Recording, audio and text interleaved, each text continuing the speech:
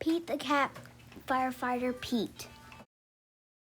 By Lieutenant Polly from the Henderson Fire Department.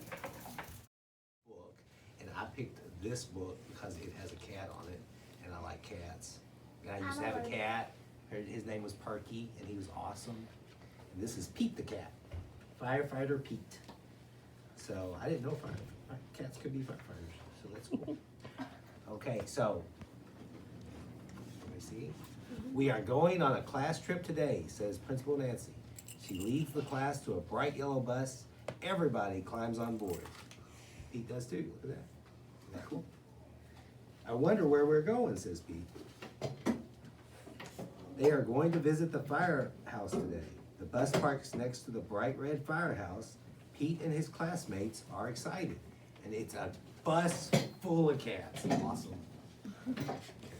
The firehouse is huge. It's so big, it can hold 2 long red fire trucks and all of the firefighter equipment. There's the firehouse. You see it? There's 2 great big doors.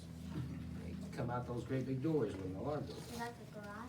So the firefighter shows the kids around. They give everyone a turn to ring the old brass fire bell outside the fire station. There's the brass bell. And we have a brass bell at the station. So it sits on a podium, it doesn't sit on a chain, but that's kind of cool. And then all the kids take turns sliding down the firefighter pole. Whee! Callie yells as she glides down. There's Callie on the pole. The firefighters allow the kids to try on their gear. Firefighters wear a lot of equipment. So first, Pete puts on the heavy black overalls. Then he steps into the tall black boots. That's the bunker gear. Yeah. A firefighter helps Pete put on the heavy yellow jacket. And finally, they place a hard black helmet on Pete's head, right there. And all this gear is very heavy. Pete can barely move. And that's, you know what we call the yellow jackets now? They used to have those. We call them banana suits. Because they look like bananas. The firefighter allows the kids to explore one of the fire trucks. Callie sits in the driver's seat. She presses the horn. It's so loud that all the kids cover their ears. Then Pete turns on the sirens and lights. The siren blares. Wooey, wooey, wooey. The lights flash red and yellow. Suddenly, a loud bell rings in the firehouse. Uh-oh, it's the fire alarm. There's a fire in town. Gear up, Pete.